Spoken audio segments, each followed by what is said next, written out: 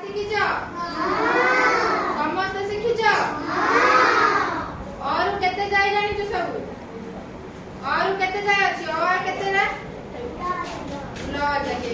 ଅରୁ ତାପରେ ଅ ଶିଖିଲା ପରେ ଆମେ କଣ ପଢିବା? ଅ କୁ ଅକ୍ଷର ଗୁଡିକୁ ନେଇ ଆମେ ଶବ୍ଦ ପଢି ଶିଖିବା।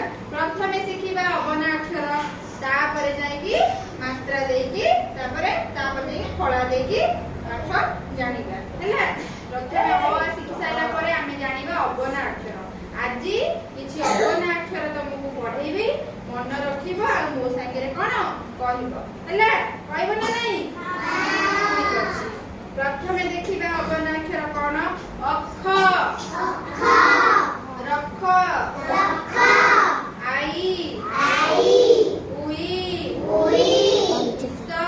ଇସ, ଆସ, ଋଣ, ଏକ, ଓଟ, କର, ଖର, ଗଛ, ଘଟ, ଚକ, ଛକ, ଜଳ, ଝର, ଟକ, ଛକ, ଶୁଭ୍ରାଂଶୁ, ଡର, ତପ,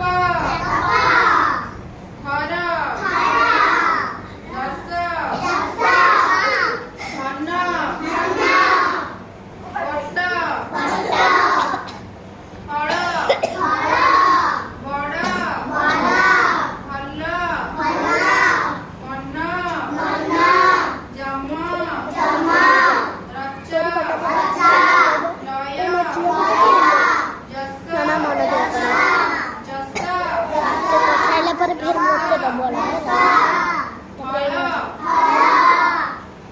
ତାପରେ କେତେ?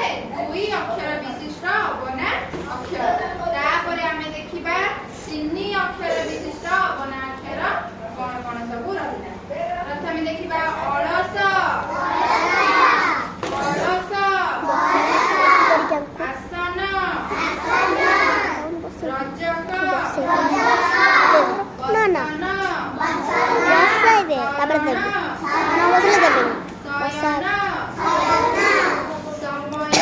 ସମୟ, ସରସ, ଦରଶନ,